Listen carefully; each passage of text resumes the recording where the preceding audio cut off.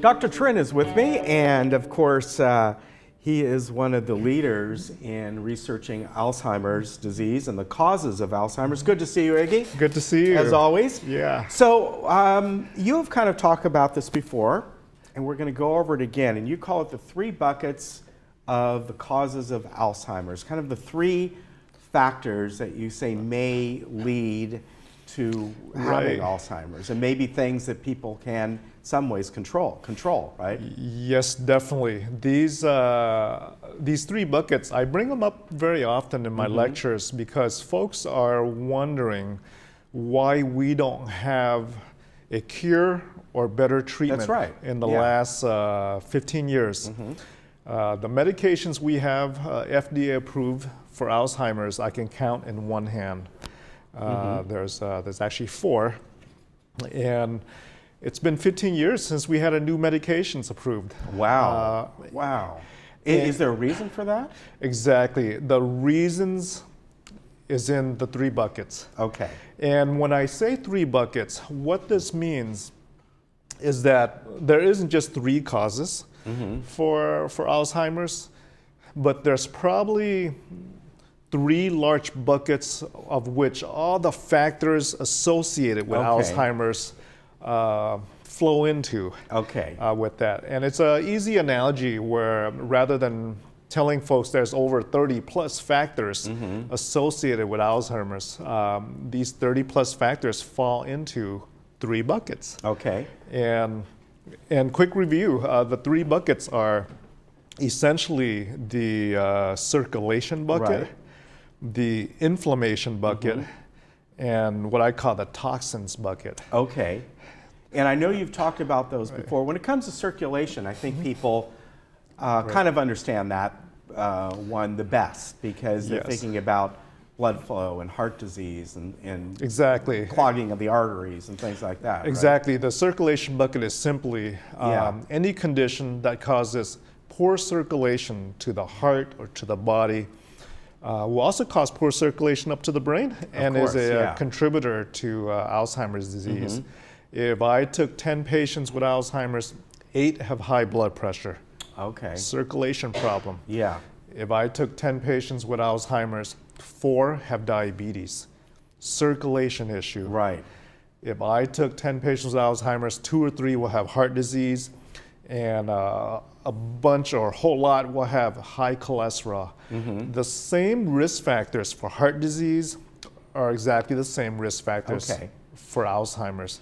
Very scary when you see the correlation of why that is, and that's all in the circulation bucket. Okay. It's so important that actually, I think it was either a week or 2 weeks ago, study published from Europe, and it just blew my mind looking at these results from the study. This is a 44-year study. Wow. Wow. They followed women. The researchers tracked women who started these studies in their 40s, age 40s. 44 years later, these ladies are now in their 80s. Yeah.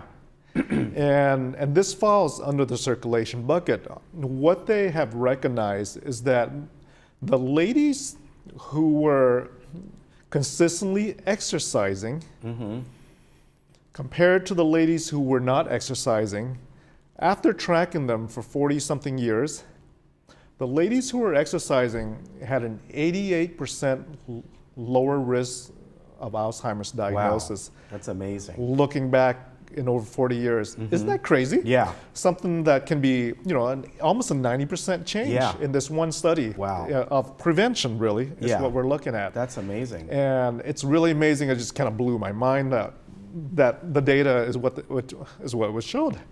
And this is why I bring up these 3 buckets all the times, because these are things that we can do in our lifestyle to lower and minimize our risk.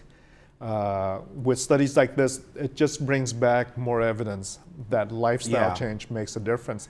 And that's just one bucket. It would be nice if people who went in after a certain age and get their annual checkup, so to speak, there was something that I think one of the hardest things are people getting easily tested for some of this. Right. I just saw recently they're now using sort of an ultrasound they can use on the, I don't know what these are called, the neck.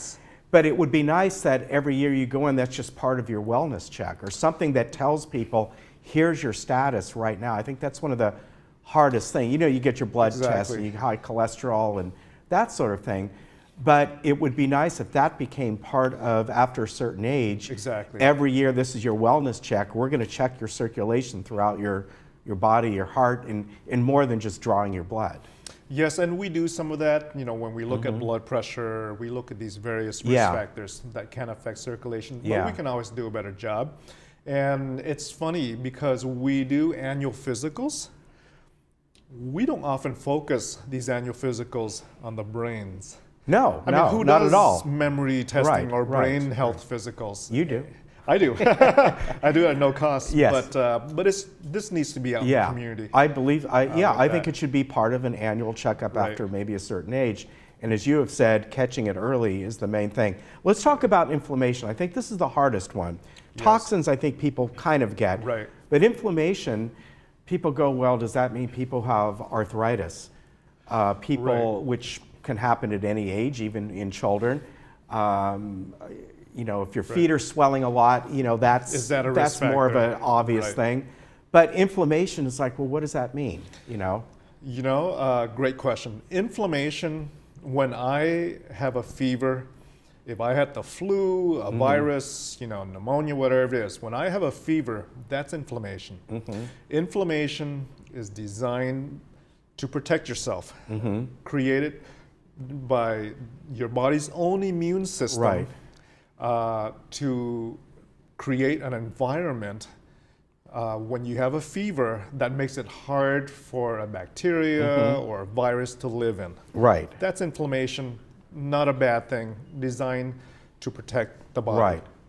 What happens though is, what happens if I have this fever every day of the year?